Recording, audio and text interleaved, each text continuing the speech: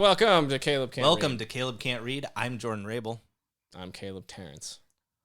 I'm Nicole Rabel. Oh, shit. When did you get here? Hey, everyone. I brought my wife on. Fuck you. She knows a little bit more about this subject than I do, so fuck it. Brought her on. Anyway. Hey, you know who knows more about every subject than me? Is it me? Most of the population, Yeah. actually. So, and I have, just brought myself and not surprised you with guests or anything. I told you about this a long time ago. Did Yeah, you not several know times. I didn't know gonna have me? I didn't know that was happening today. Oh. Apparently, I reminded him on the way over here, and he was like, what? And it was like, yeah, do you No. remember that thing that I told you like months ago? But, that's fine. No girls allowed. That is true. If it helps, I'm a little bit of an ogre. Yeah, she does have a penis. So It's bigger than his. Yep. So, anyway. Welcome, Nicole. Welcome to Caleb. Welcome to Caleb Can't Read. And we took a 2-month break, but you know what? Needed it. Needed it. A lot of things happen in life, and we're fine. Needed it. None of you care. None of you care. It's fine. None of you need to know. It's Everything's fine. fine. It's good. But we're to good. go. Hey, let's get started, shall we? Yeah. Yeah. Do you have a segue?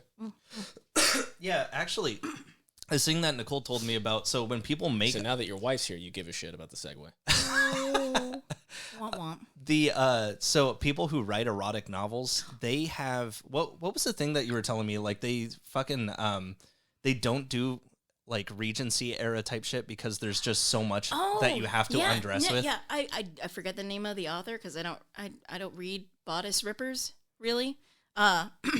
We were just in a Powell's and somebody was doing a talk, like an Love the author talk. casuality of, like, It was how you like just- like Bodice historical rippers. romances, and someone is just like, is there an era of history you don't ever cover? And the lady was just like, the author was just like, actually, I don't cover it. I usually base it around the fashion of the time because, eventually it becomes too many layers to rip off to When you're- get to the steamy bits. Yeah, when you gotta put your wiener. Like, oh no, Someplace. I doth have to remove 17 layers of cloth in order to to get get somebody to completely thine naked. vagina.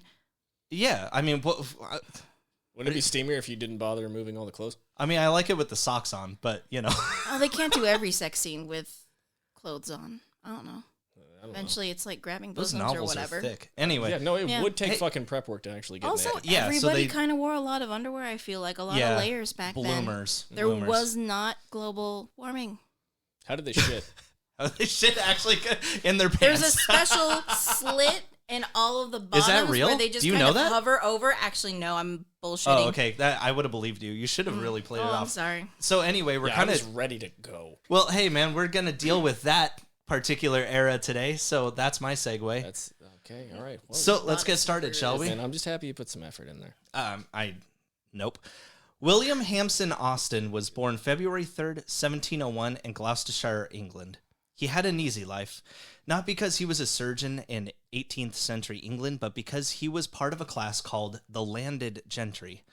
Now, to be part of the gentry, it meant that you were not just upper class, but that you came from a family of some standing, one that could typically be traced to royalty in most cases. He's explaining social hierarchy, Caleb. Yeah, I Yeah, understand. what's the look on your face? Oh! I don't understand social hierarchy. Okay. It's rich people Yeah, shit, dude. yeah. No. I'm saying you just said like he didn't have an easy life just because he was a surgeon in the 18th century, dude. Even if he was rich, being a surgeon in the 18th century doesn't mean it's not gnarly as fuck. Well, yeah, but not for you. You just, Did they use soap The back surgeon? then? What are you No. talking about? Oh, dang. That's Huh? foul as hell. yeah, but I mean, you're not You're, like like, bone eating the saws part- and stuff? Oh yeah, you're tearing into people, but like And you don't know if they use soap? Infection, dude. yeah. Wait, did they have soap then? No, Was this before soap time? this is before soap times. Wait. How early were soap times? 1800s. We're in the I 1700s. thought you said we were in the 1800s. 18th century means 1700s. Fuck. It's always one backwards. Because Like if it's because 0 18, to go 1 is yeah. the first I century. understand that I'm It confused incorrect, but me I still too in think it's school. dumb that I am. Well, anyway, if you were landed gentry, that meant that your family, however many hundreds of years ago, laid claim to the land in which people eventually built towns. But to live on their land means they get to tax you, basically rent. So when you see shows like Downton Abbey and you see all these rich fucks lazing about and it's like, How do these sons of bitches live like this? It's because they're still getting rent checks from people who live on the land they've owned for generations and probably never stepped foot on. They're just landlords. Yeah. So anyway, William Austen and his wife Rebecca were part of this landed gentry. And together they had several kids. Philadelphia, Hampson, George, Leonora, and from Rebecca's previous marriage, a girl named William. In quick succession... A boy named Philadelphia and a girl named William. Philadelphia's a girl. Oh, wait, Philadelphia. Yeah, you know, it's Phil. Yeah. Willie. Y'all are wild. They say white people don't have culture. I named my girl Well, Philadelphia, I guess Phil it doesn't. and Will. It does end with an A, I guess, if you say the whole name. Philadelphia, because it's a boy. In quick succession, Rebecca died in 1733 at around age 36, and William, the father, not the half-sister, died in 1737 around the same age. No indication what from, but use your imagination. It's 1730s England. Dysentery. Probably. Now, all the children... From eating shit. That's poop from a butt.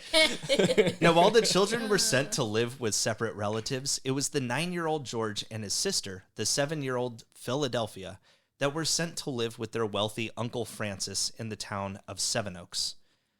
From what I could understand, their father William's wealthy family adopted all the kids they felt they could support, but since inheritances get less and less in order of how old you are amongst your siblings, it meant that the two youngest, George and Philadelphia, had to live with their much less wealthy uncle.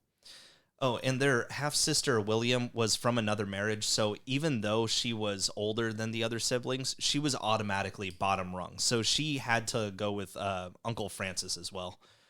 By the time he was around 18, George was graduating from St. John's College in Oxford with a bachelor's in divinity. He got a degree in churchin. But while he was studying in Oxford, George fell in love with a woman named Cassandra Lee. Cassandra actually came from one of the founding families of Oxford all the way back in 1555, which means she got free tuition. In 1764, 4 years after George graduated from college, he and Cassandra were married. Afterwards, they moved into a rectory, basically a priest's house, that was bought and paid for by Uncle Francis. They themselves didn't have too much money, but Cassandra Lee's parents did, and both of them died pretty soon after George and Cassandra got married, so they were doing fine. The next year in 1765, the couple had their first child, James Austen. A year after that, another son named George Jr. However, like all stories in the 18th century, there has to be at least one sad kid, and George Jr. was it. He had epilepsy early on, and that made the family kind of depressed, so he didn't get to live at home. I'm kind of curious, though, like, back in the day, what were the gnarly triggers for epilepsy? Probably just not washing your hands, delivering the kid, and they just got some infection. No, would be my not guess. that would trigger it, but what like triggers what would trigger makes your an goddamn epileptic seizure episode back happen? in the day? That candle flickering Would it mighty just be fast. fire? Yeah, just Satan. Like what? What the fuck? Like, because now it's pretty obvious. Like, I feel like everything's really overstimulating and flashy, but like, Yeah. I feel like back then, though, it wasn't even like it needed to be triggered by something. I feel like you were severely fucked up just in your system that it just happened. I imagine like most people that would have epilepsy back, like mild epilepsy, if that's a thing, wouldn't even notice. I don't think any epilepsy back then was mild. It's like, no, you have fucking epilepsy. it was falling off the ladder type. You looked at the shimmering of a puddle and lost your Especially if they, fucking like, shit. It was clearly bad enough to like record, Yeah, like and down in the books. the funny in the thing family is, ledgers. well, the funny thing is, didn't it just write it was off as, out like- there enough that while the family never wrote about this kid, other people did. Oh, damn. They never That mentioned George George Austen, Jr. he's got a touch of the demon. Yeah, basically. So he actually got taken care of by a group of nurses in a hospital his entire life, from what I could gather. And all their kids kind of went through this to a degree. What would happen is that the mom would have a kid, raise it for like 3 months, and then the kid would be raised by someone else in another house until they were like 2. And then the family would take them back. So all the hard part's over, basically. Damn. Except George Jr. Family literally never talked about him, or so it would seem, but I'll get to that in a bit. Well, after George Jr. was Edward in 1767, then the family moved to a different rectory paid for by a cousin, where they had Henry in 1771, Then their first daughter, Cassandra, in 1773, named after her mother. Then their son, Francis, in 1774, Jane in 1775, and finally, their eighth and final child, Charles, in 1779. I think we all know who we're going to be talking about here. Was it really necessary to trace the family tree back this fucking far, Jordan? But we never be able to learn about, her sad brother? Or is that her The subject of now? today's Oh, episode, shit. Charles. Fucking Charles, touch of the demon. fuck you. Like, Now, here's the thing about Jane's life. Little is actually known about it. That's because although she wrote about her life in letters to friends and family throughout the years, numbering around 3,000, only about 160 of those letters today exist. And that's because after Jane's death, her sister Cassandra tried to secure her sister's legacy by gathering up what letters she could and burn them. You see, rather than omitting certain things that Jane had to say in the pages upon pages she would write in each letter, Cassandra opted to just burn the whole fucking thing as soon as she found anything that Jane said that she didn't like. She said that Jane would mention, quote, sometimes acid or forthright comments on neighbors or family members.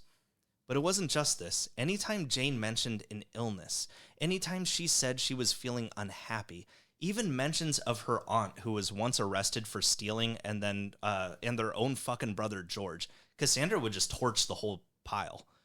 The letters we have today are less than 20% of what she'd originally written. And as we'll find out, the rest of the Austen family stayed in high society after Jane's death, so Cassandra felt it was up to her to protect the rest of them from critics. And the whole family was in on this too. They wanted the whole world to think Jane was a saint, and they were all just cool as shit. So from what we do know, thanks to whatever Cassandra Austen has graciously allowed us to learn from outside records, Jane Austen was born December 16th, 1775 at her family's rectory in Steventon, a subset of Hampshire, England. Because the winter that year was so harsh. Hampshire. I'm sure they say it Hampshire. Hampshire, England. Yeah, there we go. Because the winter that year was so harsh, Jane wouldn't be baptized for a little over 3 months. Oh my god. I know. To them, big enough that they had to try and hide it through letter burnings. That was one of the several things that they were just like, Yep, rich people care about dumb shit. The family was actually a bit impoverished, and while this is going to sound harsh, it seems like it was kind of their own fault. The Austens wanted to act like they were upper class, even if they were only living off the means of other family members. They could have actually done great if they had jobs, but you see, landed gentry don't have jobs. They were never landed gentry to begin with, but they wanted to pretend, so they just didn't get any. Papa George's... Oh, God. Oh yes. Slurp it. Papa George's parents were landed gentry, but when they died, all that shit went to his other siblings till there was nothing left for him or his sister Philadelphia. Granted, George Austen did have a job as an Anglican priest in 2 different towns, but it didn't pay well. Eventually, though, raising so many kids and not having any real jobs started to affect the family, and the Reverend George Austen got a job in farming. In today's money, the family was only raking in about $32,000 a year. Ooh. Yet, as poor as the Austen family were, they seemed happy. It was remarked that Jane was quite fond of dancing. If there wasn't a dance being hosted in someone's home, she'd just start dancing by herself for the hell of it. And although George was a priest, the household remained a philosophically open one. If anyone disagreed with one another, the whole family was forced to sit down and discuss who was right.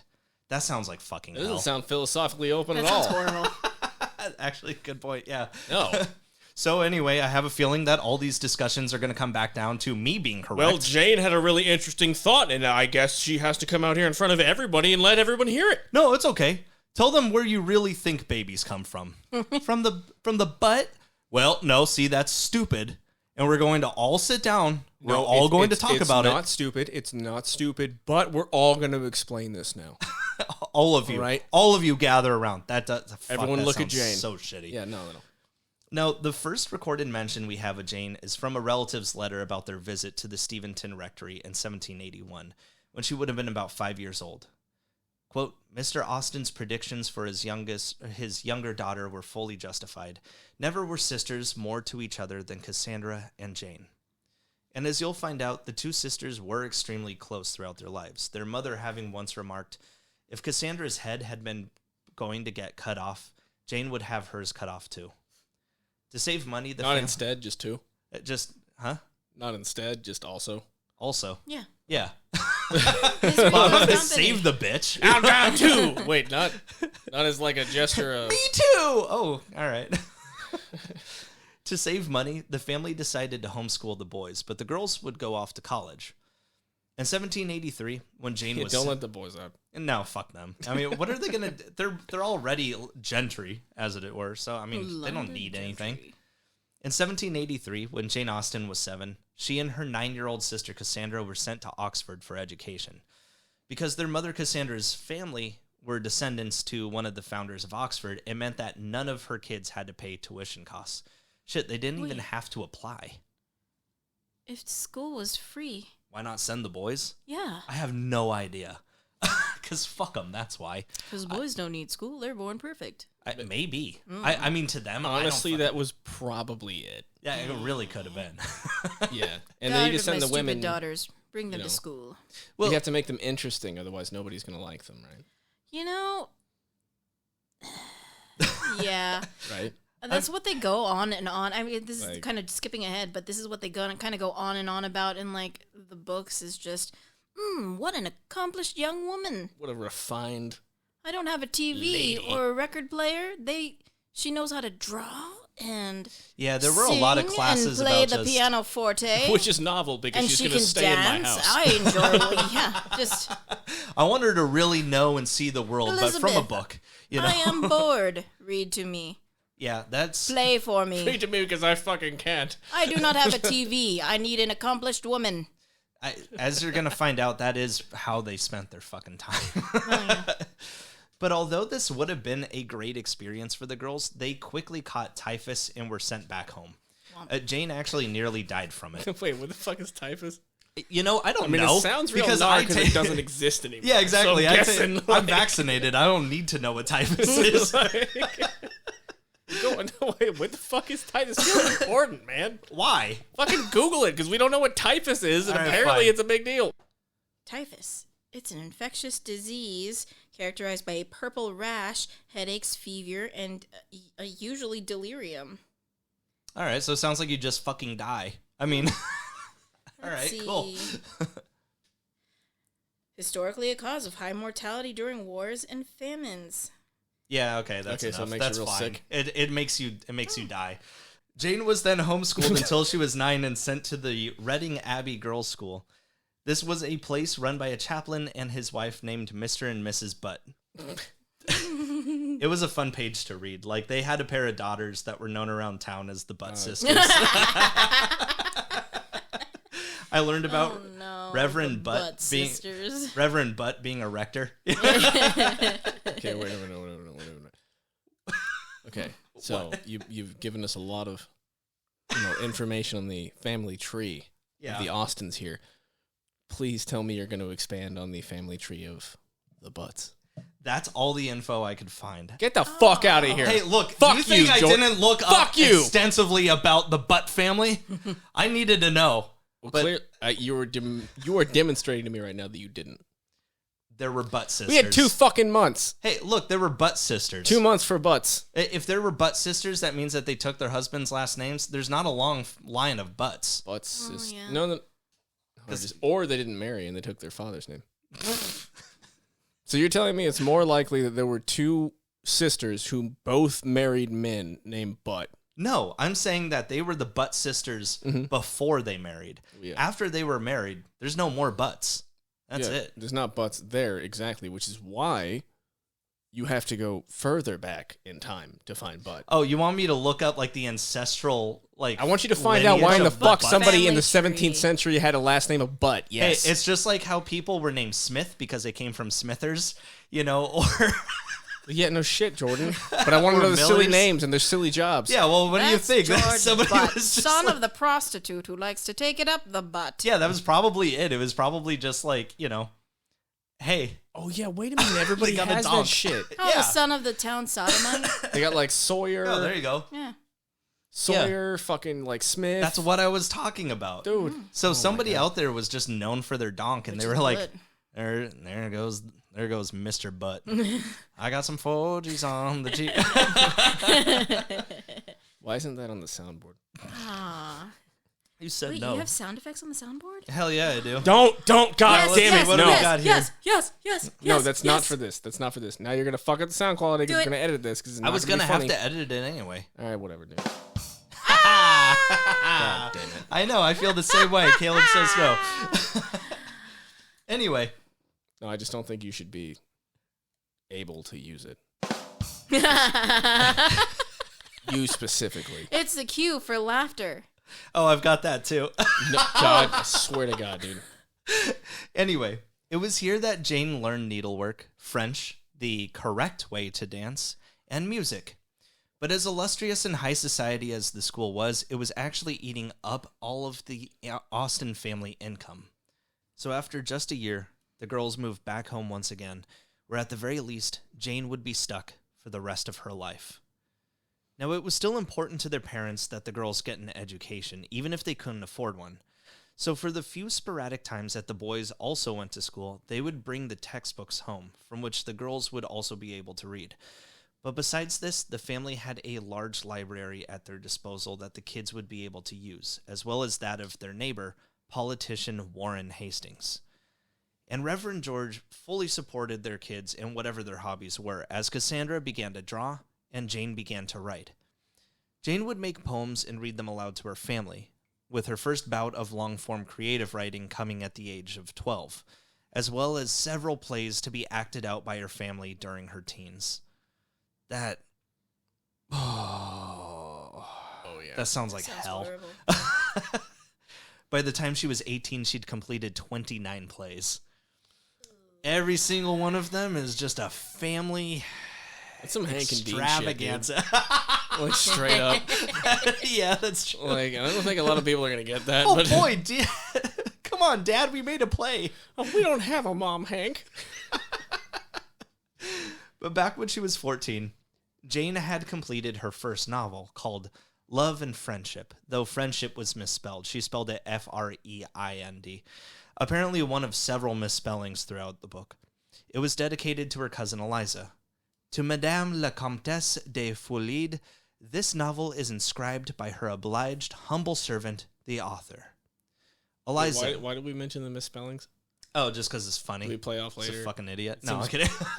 Seems petty to me, Jordan. Well, okay, that's fair, but you know, we're nitpicking at this. That's true. She did never finish school. She missed out on the unit, and they didn't have any. They didn't have any books that said "friend" in it, Caleb. So of course Nicole, she missed. Excuse me, I'm trying to make a point to Jordan right now. Jordan, she was a woman. She was every woman. No, Eliza, Jane's favorite cousin, is someone we'll go into a bit later on. Now, the story of love and friendship is told through corresponding letters between two women named Isabel and Laura, as well as Isabel's daughter, Marianne. And the whole thing is just them going over their love lives. It seems really boring, but it turns out that it was a satire on what were being called sensible novels. These were books for women, usually by women, with themes of what a real woman ought to be. She's not too masculine, not too smart, and not too independent. So Jane was making fun of the idea throughout the whole thing. Not quite grown. She has the women faint when news is delivered, like, over and over again. Like, every letter, they just keep saying, like, and then I fainted, you know? In fact, all of Jane's novels are what are called a comedy of manners, basically making fun of people who talk and act like that. Anyway, the next year, at age 15, Jane Austen wrote another book, a 34-page textbook mocking how lame the real ones are, called The History of England. It's accompanied by 13 watercolor portraits by her sister Cassandra. The first page declares that this book is from the reign of Henry IV to the death of Charles I by a partial, prejudiced, and ignorant historian. The whole thing is just Jane making shit up about kings and queens, and her sister's drawings kind of look like they were made by someone who was drawing an unflattering portrait of someone in class they didn't like, so they could laugh about it later with friends. That's how the whole thing plays out. So we're just laughing about wealthier Regency. people. They're Yeah. making fun of the monarchy. Yeah, that's really all that it was. I mean, I'm down with this. Yeah, Yeah, I'm sure. okay Why with not? it. Yeah, fuck them. I mean, it's not like anyone from a lower fucking class could read at that point. So, I mean, where are we supposed to fire from? You know what's kind of funny is I just found out this thing about like poor communities would sometimes pull together money for a book, and then they would give it to somebody. Oh, God. And then they would give it to a guy who knew how to read, and then they would all just like, yeah, then we'll. Oh, and story time. Yeah, Oh, I love it was story adult time. story time with people who were dying with their dicks falling off. Oh, adult story time, is it? Right, pass the mud. I'm hungry. Yeah, it was. Christ. Whatever. They're English. Can you fucking dude? Pass the grog of spit. Can you imagine living in a fucking time period when even just being literate was a payable skill? Like fucking A. I should start putting that on job applications. Just like I can write and definitely read. I can definitely read. All right, You don't have to put it on job applications because it's fucked up and they filter it now, and you can't actually get through the application if you don't have somebody to read it for you. Well, actually, what's funny is I can't believe that you don't know this, but unless you're having a one-on-one interview with somebody, the reason they have it in groups is because I actually pulled together for my resume that they hired one guy to read it. That's good. Come on. Regardless, after Love and Friendship and the History of England, Jane Austen took all works she'd ever created, bound them into 3 volumes, put them on a shelf, Inked them. and decided that she wanted to take writing seriously from now on as a career. So for the next couple years in her late teens, Jane would start and stop on a multitude of stories which she would just never complete. In fact, the only things we have of hers that have really been completed was when she had 2 nieces born when she was 18, and she wrote the babies a couple of poems as birthday presents. Bad present, by the way. Those babies can't read. That's stupid. Yeah, shit. I mean, they're babies, and this is the 1700s, right? Yeah. They're not gonna live. That's I'll why make they him a have death so poem. many, right? really? Yeah. I mean, that's why your parents had like 8 kids, too. It's just Actually, like... that's probably why she just wrote poems. True. Yeah, why If I wrote invest you a the novel. effort Yeah, my bad. of like a short story? Yeah, exactly. Like, No, yeah. Kid, I'll get you a gift after you're like fucking 7. They're or gonna, something. they're gonna come down with a cough Like, by chapter 2. See, you this is know? just also making me think of William McGonagall too. Like, here lies baby Sue. She cost us $40. Oh god. That's a previous episode. I don't know what. It's called the deep cut. However, Yeah, deep cut.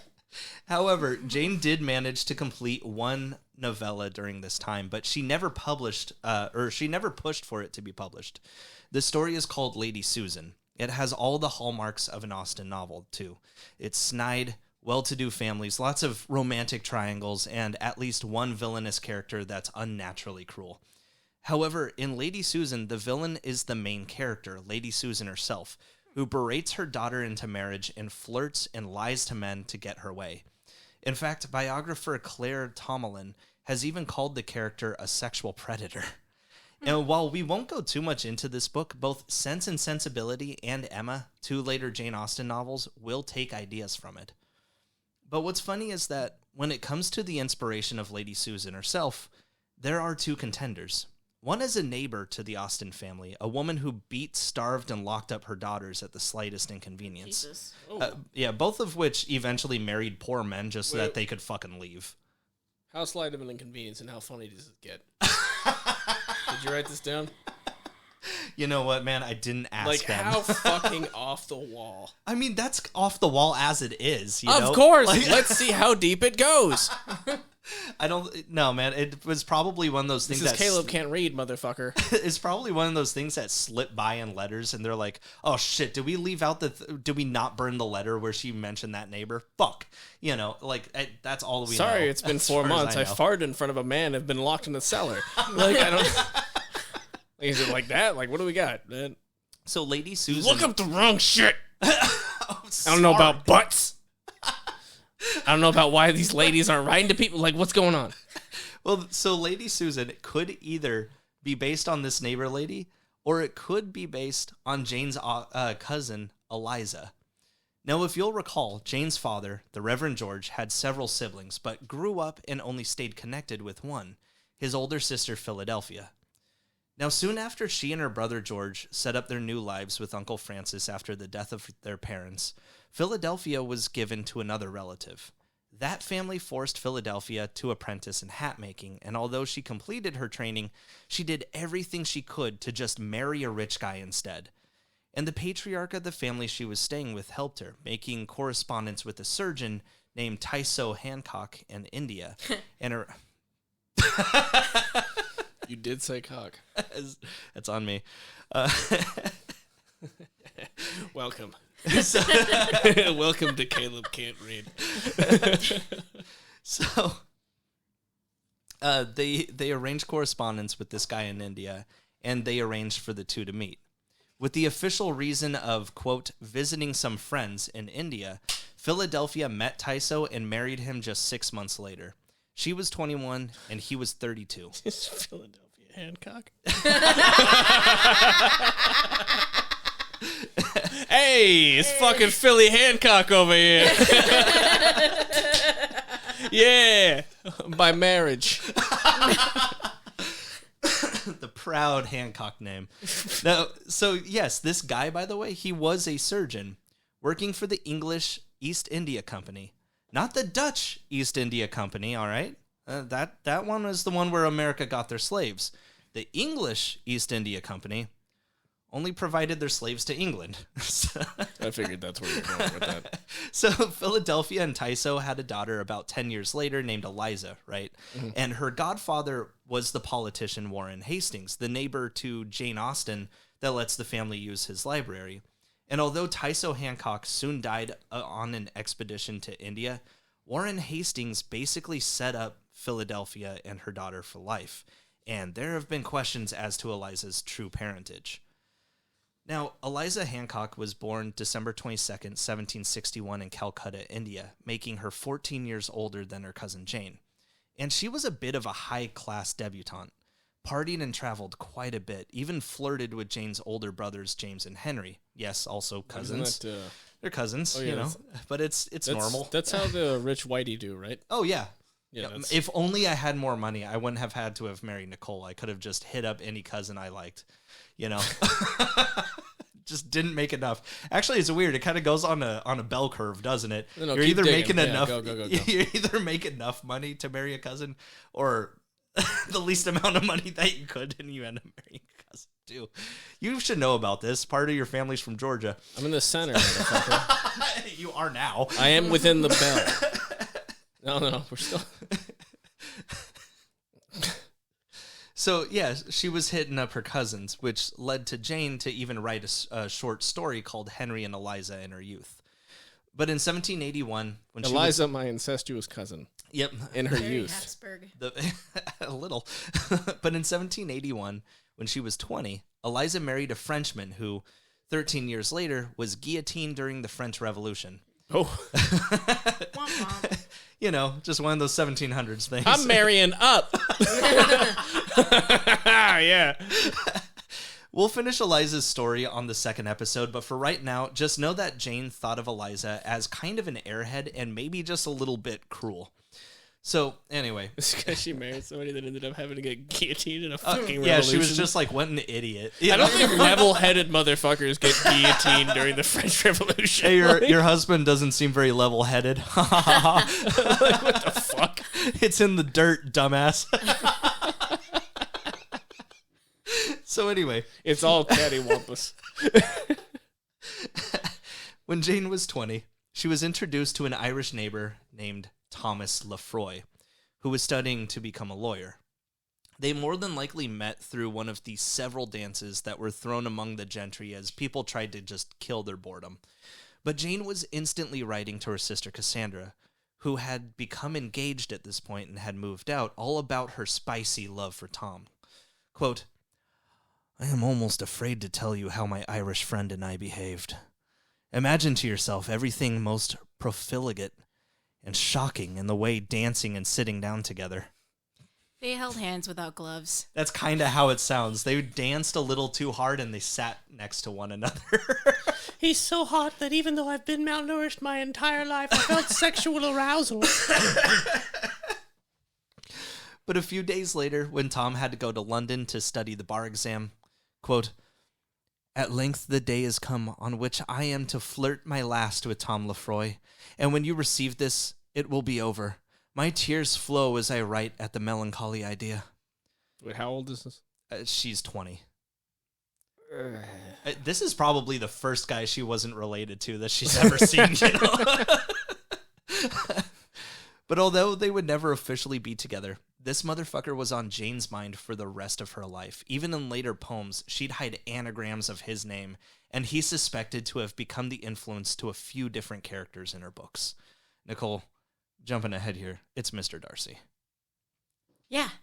Okay. I thought you would be like, no, but there's also like an Oh. Anne Hathaway, James McAvoy movie, Becoming Jane, where it was like Yes, a exactly. very liberal interpretation of that period of her life where she's, all about this guy. Duh. And it's him? Mm. Oh, well. He was a young lawyer. Who was it? They Anne can't beat Hathaway? it. Anne Hathaway and James McAvoy. Oh, I see. Oh, I'm watching it because it's Jane Austen I'm watching thing. it No, you're because watching it's it James because McAvoy. Yeah, No, fuck I you. will be out and proud about Well, you know what? I'm that going to watch man. it too because it's Anne Hathaway. How about that? Yeah, sure. No, she's kinda- cute. Actually, she's kind of boring Really? looking. I mean, She's kind of boring. Oh. Okay is with this her. what this is going to deteriorate into? What? Discussing Anne Hathaway? Do you want to? We can discuss James McAvoy. I have no idea who that is. Oh, he's really cute. Wait a second. Fuck, I don't have a scale for this either. He was in those X-Men movies. He was Days of Future Beast. Past. Which, No, oh, the- he's, he No, was he wasn't Xavier. Beast. Yeah, Xavier. oh, he's that dude. He was young Xavier, yeah. Young Xavier. Okay. Caleb right now is imagining Patrick Stewart like, oh man, he was, was getting like- with Anne Hathaway. That's crazy. That's exactly what just flashed through my fucking head. I'm not kidding. I know I'm Really a, December romance of like. I know I'm a little older, but No, you said Beast first, and I was like, oh yeah, that weird little dude from Mad Max. no, Like- Oh, he's cute too, but it's too bad he's in that. Well, never mind. What? no. What's he in? Oh, What? you got? He's in that new Dracula movie with Nicolas Cage. Oh Renfield. yeah, Renfield. I Yeah, hear yeah, it was yeah. about- Keep Butts, digging. though. I want to make Jordan feel real. Anyway, Let's go. Wait, How are you making him feel bad though? I'm not done. Does James McAvoy not make you feel good? I don't know. He makes me feel good. It makes me feel funny. Mm. My penis. So what's funny is that, like Oh, I yeah. mentioned before. Never mind. So what's funny is that, like I mentioned before, Cassandra had moved out due to her own love life, but it didn't end up so well. Basically, for a little extra scratch, their father, the Reverend George, had begun tutoring students from Oxford at their home.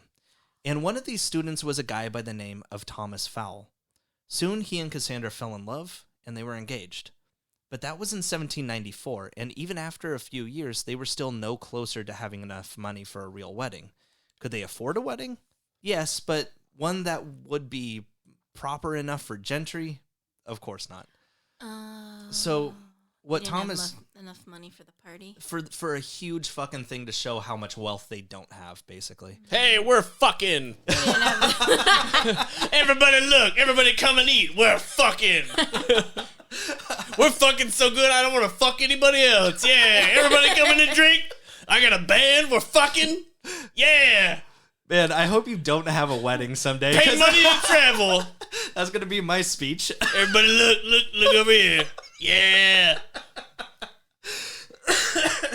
So what Thomas Fowle did was go on a military expedition to the Caribbean where he could do a little light pillaging and come out with a quick buck. And I mean that seriously. They were basically just like pirates with licenses and just killing, you know. But soon, in 1797... What were they called again? Fucking privateers? Or? Oh, yeah. Yeah. That's basically what it was. Yeah. But it's for a purpose. They're savages or They're something. doing But it it was for for a their purpose country and before against also. brown people. Well, true. Yeah, the purpose was money. Yeah. I love So- how it got so bad to the point of we're like, look, we'll just fucking pay you to not attack us. Like it was literally just like protection money. Yeah, it's the same shit that the mafia does. Rad, dude. It's such a cool idea. Ugh. We should start doing that. I mean, why hasn't anyone thought of this? Let's just start just breaking down fucking stores at the mall. Just throwing shit through their windows and be like, well, if you don't want me to do it again, you ought to pay me. You're like, sorry, Nordstrom's, I'm sponsored by Macy's. This riot brought to you by Macy's. Yeah. You can chase me as long as you want, but as soon as I'm through those fucking automatic doors, I'm safe. Or you can take it up with Macy's. Oh god, that brings up bad memories. Oh, I'm sorry. You used to work at Macy's. Oh, were you a teenage thief? No, she just worked at Macy's. Worked at Macy's. Oh, you just worked at Macy's. Okay. Yeah, she doesn't like it. Like, oh, it also sucked. But soon, in 1797, Fowl was fucking dead from yellow fever, leaving Cassandra 1,000 pounds in his will, about 29 grand today. So anyway, Tom Lefroy was only around for like 2 months, but I guess shit moved really fast back then. The first letter Jane wrote to Cassandra was all about this very gentlemanlike, good-looking, pleasant young man. But then 5 days later, she says she's expecting a proposal, but she's going to play hard to get. What's funny, though, is that Tom was probably sent away in the first place because everyone from both families thought Jane was being a little too fucking weird, and they knew that neither family had any real money, so they couldn't get married even if they wanted to. In fact, Tom did visit the Steventon area years afterwards, but his aunt never mentioned it to Jane. Probably with that express purpose in mind. Anyway, so Jane would continue to write. There was nothing else for people of gentry to do anyway. So in 1796 at age 20 and 1797 at age 21, she would complete the stories Eleanor and Marion and First Impressions, respectively. However, neither would be published. Instead, they would again become the frameworks for her later novels, Sense and Sensibility and Pride and Prejudice. Now, her father, Reverend George, was a big fan of First Impressions and secretly tried to get it published, but it wasn't even given a rejection letter, merely a return to sender, which was all he needed to know. That kind of hurts. By the way, this was around the time that Jane's cousin Eliza came back from France and talked about her freshly decapitated husband, which gave Jane a lifelong fear of the French. As she should. They're really big, man. The French? Yeah, they're tall. What? They're tall and big, man. How many, French people have you met? We've been to France. Yeah, they're big, aren't they? I thought they were really big. I mean, everybody is taller than me. Okay, fair, but, how much taller were they than Jordan? Actually, come to think Jordan's of it... Jordan's only, an inch taller than me, man. Actually, come to think of it, they were pretty tall. Right? Yeah. They're bigger, dude, and they're fit, too, because they don't eat shit. And racist as shit, too. Oh, yeah, dude, and they don't fucking like you. Yeah. Yeah. It was all these other countries like to make fun of America for our racism problem, but it's that's just because we're on the forefront fighting just it. In denial There's a lot of nationalism there, right? Oh yeah, yeah. It's harsh. They fucking home. Yeah, it's not. Yeah, no. It's bad. Everyone always said that, because they dropped out of the Iraq War or some shit, that they were like, oh, the French don't even like Americans. But they didn't give a fuck that I was American. They cared more about Nicole being Asian. Oh. Yeah. Oh, that kind of shit. Yeah. Oh, that's worse. I've never... That's a lot worse. My first experiences with this is obviously racism. Yeah, up and up racism. We're in France. Yeah. Growing up, nothing. Their buildings nothing are out here. beautiful, and the art is amazing. I'm just here to appreciate the all architecture. All the older people are trash. I'm here to appreciate the things that your people have accomplished. Well, if you could not be so fucking yellow about it. Basically. It's like, damn, dude. Yeah, dude, they were fucking terrible. We're just anyway. Hey, can you give us a hand? We're trying to get to this place. I don't know. Take the bus down the street, bitch. Yeah, it was. They were mean to her. Yeah. They're fine with me. They didn't care. I was Damn, a couple came by. They fell over themselves. Let me call you a cab. Let me tie your shoelaces. I'm gonna sniff that fart up, so no one else has to smell it. Yeah, they have to sniff it all up. Otherwise, other people are going to smell it, and it's gonna get embarrassing. You have to sniff it up as quick as you can. Sniff up the fart. Really you gotta quickly. Sniff it up. You don't hide it. They're Drink really the good. piss. They're really good about it. Ugh, this does not taste like cigarettes and piss. My face when someone That's gives exactly me a how cup they of water sounded and it's not pee. Anyway. Jeez. What led us there? We hate French people. No. Jane Austen has a fear of the French. Yes. Because her cousin Eliza's husband got fucking decapitated. We're backing this up. Yeah. Oh, yeah. I mean, hey, it is really good that They very frequently riot. You know what? For the right reasons, though. Good on them. No. I'm not kidding. I'm not being... What? Like stereotyping that they riot all the time? No, they riot all the time. I'm not fucking kidding. I'm not fucking kidding. It's fucking fantastic if they do that for their workers' rights and stuff. That's really good. Yeah. No, get violent, please. Yeah. Start throwing things. To not be racist. Yeah, but if they could also not be racist. Yeah, if they could riot against racism once or twice, that'd be cool. That'd be cool, too. Anyway, in 1798, Jane Austen began working on a third novel while still revising the first two. She called it Susan. Not Lady Susan like her earlier work, just Susan. You see, Jane was inspired by a novel called The Female Quixote by Charlotte Lennox, where instead of like in Don Quixote by Cervantes, where the main character is driven mad by reading stories of knights and castles until he one day believes himself to be a knight, the character in The Female Quixote is about reading romance novels until you believe yourself like your own life is just as dramatic and charming. Gender-bent Don Quixote fan fiction. Yeah. Man, I wish somebody in Japan made a gender bent like Don Quixote. Be sexy apparently as hell. somebody already did it. Actually, somebody Back did in Europe. Her day. I don't want it from Europe. I want to see what Japan's got. I don't. I do. It's going to be weird. You brought me what Japan had. I brought you several things from Japan. They were all weird. You're welcome. So in a likewise fashion, Jane Austen's book, Susan, was also a satire, but instead of dunking on the romance genre, her satire was on the entirety of Gothic fiction. Think Mary Shelley. Now, the novel was completed about a year after she'd started it, finished in 1799, but she wouldn't shop around for a publisher for about another 4 years. She had her brother Henry look for one, which he found, a man named Benjamin Crosby, who paid £10 for the publishing rights to Susan, about $1,000 today. And although it would seem that this would finally make Jane Austen a published author, the book would not be published for another 54 years after her death, with a completely different title. And Crosby not bothering to publish the book was weird, because he had even put out advertisements for the book. He just never bothered to print it. Now, between the time Jane had actually finished the novel Susan and her brother Henry had sold the rights to it, the Reverend George Austen decided to retire as a minister and move his whole family out of the Steventon Rectory and into the town of Bath in 1800. Now, there is a little evidence of Jane being productive during this time, but there are two schools of thought on this. Some say that her moving 50 miles from her childhood home left her in such a deep despair that she didn't bother working on anything, whereas others state that she wasn't depressed at all. She just wasn't in the fucking woods for the first time in her life, and she found better shit to do. Like, now she was able to hit Hot Topic.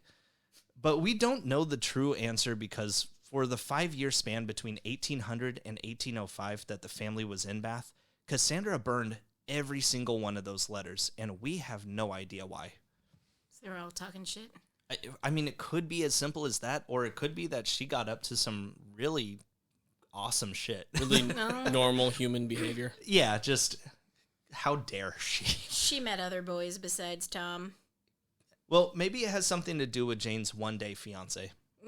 You see, Jane and Cassandra were friends to a couple other sisters that they'd known since childhood, and their younger brother named Harris Bigwither was a fat, ugly, stuttering, aggressive little man that took a fancy to Jane. And that's not me hating on the guy, by the way. It actually seems like we got some things in common.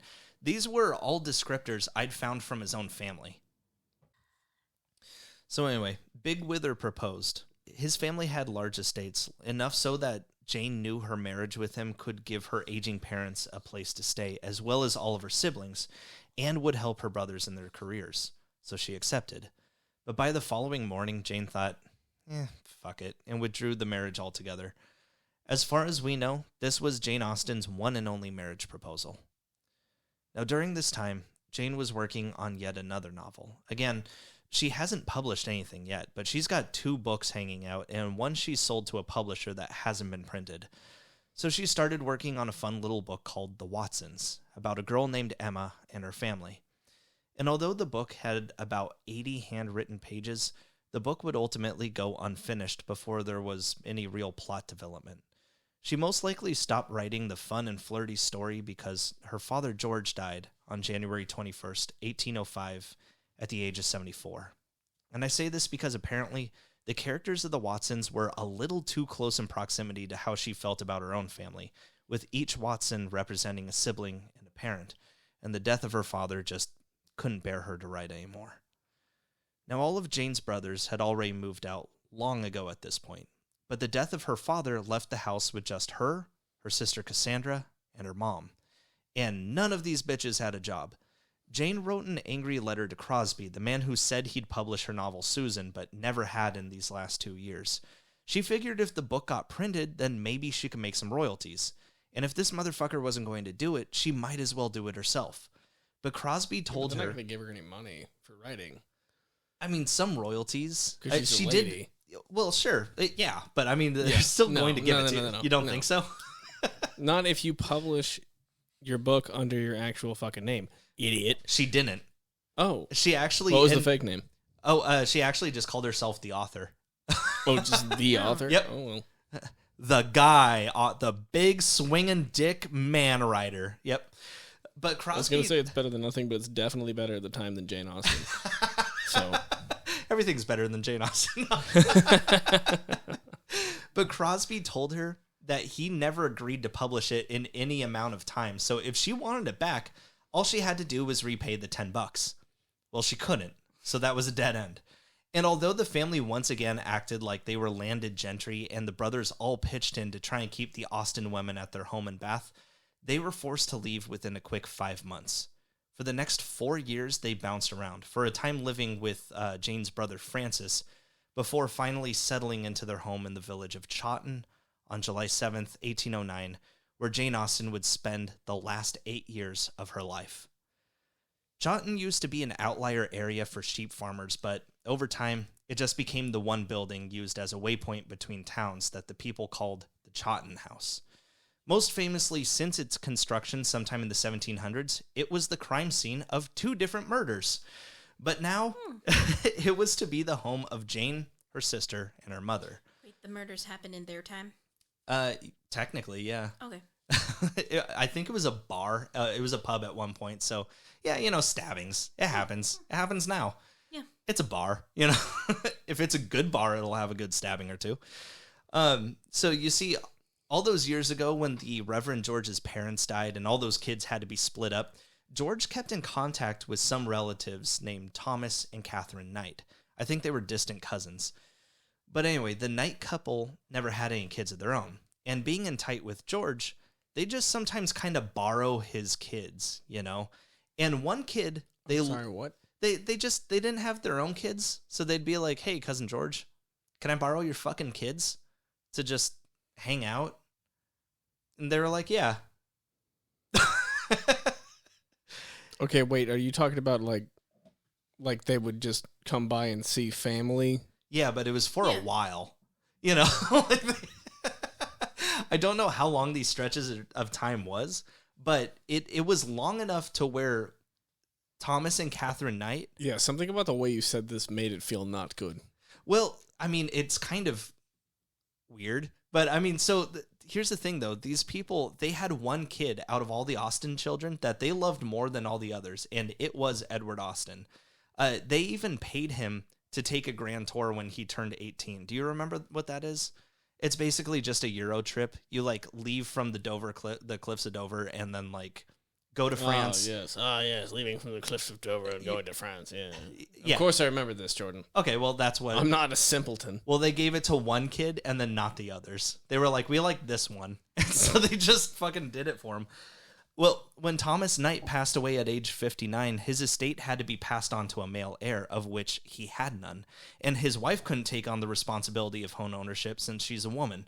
So they gave everything over to Jane's brother Edward, who changed his name to Edward Knight, and inherited this huge fucking mansion in the village of Chawton, along with a bunch of real estate, one of which was the Chawton House, the good old murder mansion. Actually, he'd inherited this property 10 years prior, so I don't know why he didn't come to his family's rescue a little sooner than letting him sweat it out for 4 years, but whatever. Maybe he hated them. It could be that simple. Actually. Kind of like my family, too. Man, I need a place to stay. Boy, that's rough. Have a good time at the Super 8, bud. No, if you can afford it. Fucking poor. I am gentry. Now, we've discussed this on previous episodes, but being an author as a woman back in the day was seen as a little too liberal for most. Women still wrote, of course, but it was typically done either anonymously or with a man's pseudonym. Of course, like you wanted your wife to be well-read and interesting, but not like to the point where she was going to be like actually like, writing down her thoughts and expressing herself. Caleb, it's not that kind of podcast. I need you to stop fucking making me sick. I know. All right. I know. Nicole? No. I don't need autonomy. Goddamn right. But something about that bothered the shit out of Jane, as it should. You see, the idea of modern feminism was only recently established in Jane's time and didn't have a very big fan base yet. If you'll remember back to Mary Shelley's mother... Crossover.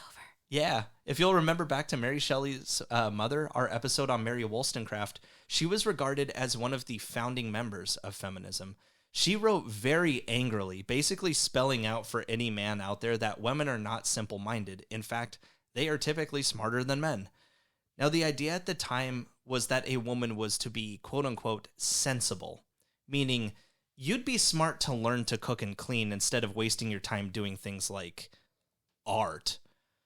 Wollstonecraft had passed away a mere 15 years prior to Jane Austen's first published work, but Jane was still a huge fan. Holy shit, that's the first sneeze and Caleb can't read. I'm going to start this whole thing over. Oh, no. You ruined it. Just cut it in post. No. It's his shame stays. So Wollstonecraft had passed away 15 years prior to her first published work, but Jane was still a huge fan of her message. And as such, Jane wanted to stick it to the literal man when she made her work anonymous, because instead of simply saying anonymous, she put in big, all capital letters on the front page, by a lady. Like, seriously, the font... Ooh, look the fuck out. For real, though, the font size of this is almost as big as the title itself. So it's just like, this thing, a novel of adventure and by a lady. So like, oh, damn, all right. Austen also alluded to Wollstonecraft's work with the title. While the book did begin as the story Eleanor and Marianne, a book she'd written 15 years previously and had been reworking it to this point, the book would forever be known in 1811 as Sense and Sensibility. Because you see, as Mary Wollstonecraft had stated, you could either have a sensible woman, one who acts as a woman should, or you can have common sense and act like a regular-ass person. Quote, "The family of Dashwood had long been settled in Sussex. The estate was large and their residence was at Norland Park, in the center of their property where for many generations they had lived in so respectable a manner as to engage the general good opinion of their surrounding acquaintance. The story is of the Dashwood siblings, consisting of Eleanor, Marianne, Margaret, and John. Their father had inherited the large estate of Norland Park, but unfortunately, before he could secure an income to support his family on their sizable property, he also dies, leaving everything to his son John. Now, John is already independently wealthy, but his wife Fanny is a detestable little shit who wants the estate for herself. Her name's Fanny. And wishes for her husband to kick his own sisters and mother out. They're treated with such spite by Fanny that the older Mrs. Dashwood decides to move herself and her daughters away, which is a problem for Eleanor, who finds herself falling in love with Fanny's brother Edward. While living away from Norland Park, the younger sister Marianne also finds herself in a bit of a tryst, for both the elderly, and I'm talking 35 here, bachelor... Okay. Jesus, fuck. Dude, goddamn, this is why I don't like this shit. No, I know. No. This is like trying to care about fucking golf, but it's relationships. Okay, like it's I know. That. God, fuck, dude. We're halfway through this paragraph that describes the entire book. Don't worry. So the bachelor... The interpersonal relationships are not fucking interesting. I know. Colonel Brandon and the dashing John Willoughby, who both vie for her attention. Although Eleanor still longs for Fanny's brother Edward, she comes to learn that he's in a long engagement with a cousin of his. So that's out. Turns out that John Willoughby is also engaged, and only when Marianne finds this out does he ignore her completely. But her other love interest, Colonel Brandon, comes Why did along you make and me he's come like, here for this? Why did you make me come? Jordan? No, listen. So here's what Colonel Brandon says. He says, who? John Willoughby? That guy's a piece of shit. Got my maid pregnant and kicked her out. Fucking cool, man. Soon, everyone's secrets come gushing out in one way or another. So John Willoughby's wife leaves him, I think. Marion gets with Colonel Brandon, and Edward breaks off his engagement to marry and then Eleanor. everyone's fine because they're not poor. I don't give a fuck. Now, I don't know if you could tell, Caleb, but the book is a little boring. Jesus. I'm so sorry. I just don't have a lot of free time right now, and when I'm stop interrupting him, he can get through it faster. Yeah. No. But then it would just okay. Hang on, Nicole. Okay. Let me explain myself here. Yeah, okay. no. So if I were to interrupt him, then it would just take longer because he would still go through it. Still am, yeah. Exactly. So this actually right now, this stop that you made with that comment. So actually, this is your fault. Yeah. This is now whatever. both of your fault. Now I hate you both equally. I'm just here because I live here. However, both of you to the desk. Both of you are really lucky right now because you fed me enough beer to where I forgot my original point. So we can keep going. I don't think you ever had one. Keep going. It's boring. It's boring as fuck. Yes. Who the fuck? Who the fuck reads this? God. Believe it or not, it's People. supposed to be. The characters of Sense and Sensibility are vain and petty, and their main worries in life are about finding the money to not have to live uncomfortably with the lower class. It's in the title. Do these people have any common sense, or are they just trying to look sensible? The whole thing is not only a satire on the people that the 36-year-old Jane Austen knew in real life, but it's also a satire on popular books of the day called Books of Conduct. Something else we touched on in our Mary Wollstonecraft episode. Basically, these were books that had a plot, but the moralistic lesson under each chapter was on how to conduct yourself properly as a woman. It's like a cookbook with a story. What do you say? So the book is supposed to be bad. And a lot of Jane Austen fans don't pick that up. Wait, so it's like a farce. Yes. Yeah. The whole thing is a joke. So everything I was just like you were bitching saying about, I was earlier, bitching about it's it a farce. comedy of Yeah, she manners. agreed with you. Oh, okay. Fucking A. All right. Yeah. So Here we are. Welcome to Caleb Can't Read. let's get right into it. But when Sense and Sensibility was released, the reviewers didn't pick up on any of these nuances. Instead, some believed it to be a book of conduct itself. Just what she was making fun of. Womp. No one figured a young woman was even capable of doing satire. It also took jabs on the laws of containing gentry, the orders of succession, just the upper class in general. It was all just bitching about the shit that her family put her through to pretend to be upper class. But the critics missed all of that. The only real criticism Jane got was that the girls in the book would talk unladylike sometimes, and that was a bit upsetting. But again, that was the point. Oh no, she used a swear. I swear to God, if you swear, Nicole, I'm sorry, I didn't ask permission first. permission to swear, Please sir. don't hurt me. Permission denied. Sorry, Caleb, things are getting really kinky over on this side of the table. That's why Don't say that in front of him. Stop. Yeah. So here's the thing. While the critics could only seem to base the quality of the novel on how ladylike it was, it didn't exactly break barriers within feminism either. People thought the book was just okay, and honestly, it is. It's fine. And granted, I'm not really a Jane Austen fan, though I've read 4 of her books to make sure I wasn't. Still, the book sold well, though Jane wouldn't really see any royalties from it. Overall, she made about £140 from the sales, about $4,000 today.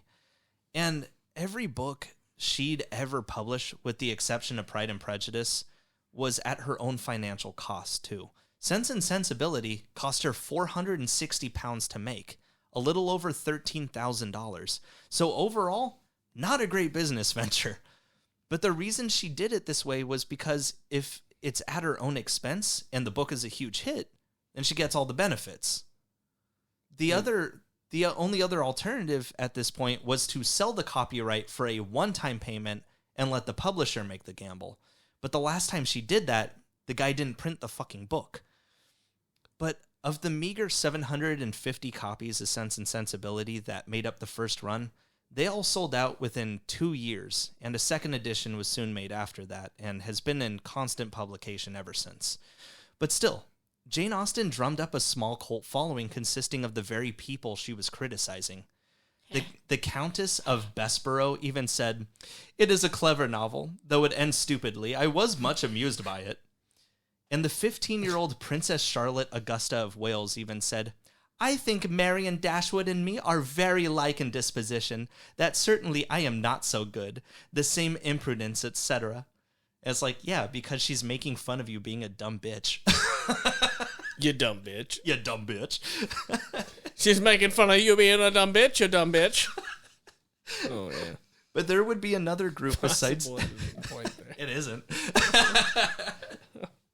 But there would be another group besides the upper class of England that would follow Jane's success.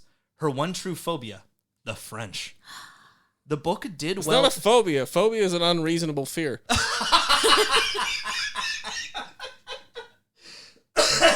Fair. I do have a fear of being shot. That is a phobia. I have a fear of being stabbed. I have a fear of, like, racially fucking incentivized violence against me. Yeah, no. From tall people. Got Jim Crow phobia? That's weird. Yeah, I don't want people to beat me up because I'm brown. Weird. These are that's reasonable, not phobic. All right? It's just regular fear. It's just regular fear. Like, Sense and Sensibility did well in France, in part due to the translation by a woman named Isabelle de Montelou. And I'm not sure how long it took people to figure this out, if it was even within Miss de Montelou's lifetime, but all of her translations are literally made up. Like, not all of it, but that was gonna be my guess. She definitely embellished on every book she did. I think she probably had the equivalent of like a high schooler's grasp of the English language, but not fluent at all. She was actually the reason Johann David Weiss's book, The Swiss Family Robinson, was popular in France as well. Made that one up too. And it's with the small success of her first book that we will leave Jane Austen for our next episode. But first, I do want to mention this, since I don't really have anywhere else to put it. But when it comes to Jane Austen, we have very little idea of what she looked like. In 1810, so a year before Sense and Sensibility came out, Cassandra Austen painted a portrait of her sister, one of only two that actually exist. well, let's fucking Google the shit. Well, so the one is of Jane's back as she sits by a tree. Okay, well, that's fucking bullshit. So you don't see anything of her face at all. Fucking hang on, dude. In fact, her whole head is covered by a bonnet, so she looks like it just literally anyone. But the one portrait Cassandra did of Jane showing her face was remarked by her family as being, quote, hideously unlike her. But from that one portrait, a later woodblock print would duplicate it, so now it's the only thing about Jane that people can identify. And as bad as her family thought it was, Cassandra's original watercolor portrait currently resides in the National Portrait Gallery in London. All right. I should go see it. You should. My sources today. I'm looking at it now. No, fucking hang on. So I'm looking at Is she Jane hot? Austen portrait. I don't know. She looks like a regular lady, man. Yeah, exactly. And I'm looking at Jane Austen And apparently portrait Cassandra. Is this the one? Yep, that's the one. Show that to Caleb. That's it. Oh yeah, it looks like, dude. Just Holy, a lady, oh my god, holy shit! They based a whole genre of paintings off this lady off. Yes, Yeah. because it's the only thing that they have, Well, and it's her too family bad, said it 'cause was fucking hideous. This is a And it's regular like looking she's woman. so just normal, didn't know dude. how to What the fuck? I think her family was just shitty. Maybe that's why Edward let them sweat it out for 4 years. Like, no, she's not Instagram hot. It's trash. My sources today: Sense and Sensibility by Jane Austen, Penguin Classics 2008. Among the Janeites, A Journey Through the World of Jane Austen Fandom by Deborah Yaff, Houghton Mifflin Harcourt Publishing Company 2013, and Wikipedia. What you got? Cassandra just didn't know how to draw either. Look at those. She's only got 4 fingers. What's up with the hands? What do you man? mean? She's hiding Okay, her everybody thumb to play- behind the... Yeah, Okay, but wait, it wait, still pause, looks pause, weird as pause, shit. pause. Like, Pause. what is- Everybody to play. No, not you, motherfucker. okay. Listeners, pause. Everybody to play along with us, please. Look up this picture. Yeah, really. The Jane Austen Cassandra one. And If it's you really look the on only one. Wikipedia, Sharing the reaction. They have the Cassandra portrait as her like profile picture on her page. How old is Jane supposed to be in this? I mean, so she looks 40 as fuck. I think she's in her like early 30s at this point. So yeah, looking like the wife from The Witch. It's rough, dude. Man, you're all dunking on this bitch for like 200 years later. No. I like Jane Austen. I'm not talking about Jane Austen. Everyone's dunking on Cassandra. Oh yeah, well yeah. Well, I mean, if you'll remember earlier in the episode, though, was dunking on this shit. Her dad was like, "I'm going to let you girls do your pick your hobby," and Jane was like, "I'm gonna write," and he's like, "Okay, good, Cassandra," and she's like, "I'm gonna do portraits," and he's like, "Okay." Of my bitch sister. Just majority of Jane's letters were like, Cassandra still does not know how to draw. Day 35, she's done like 35 portraits of me so far. I mean, I look like I have claws. And at least 10 and all of those letters have been torched by Cassandra age. too, by the way. Like, all of those are gone. Cassandra, why are you burning all her letters? These are things we remember her by. She called you a bitch. She said you couldn't draw, James. She said you couldn't draw for shit, James. Yeah, I don't know, guys. She was just really mean about you in particular, Henry. She was just really. She said you drew really rude. Really old. And old as missing shit. fingers? I don't know. So, anyway, it won't take 2 months to get to the next episode. It but you know might, what? man. It might. No, you know what? No. Suck it up. Don't hit Deal that with button. it. Yeah. No. Don't hit that button yet. No. It fucking might. We've been on an extremely gnarly run of luck here. Yeah. Really, Actually, dude. yes. Like, holy shit.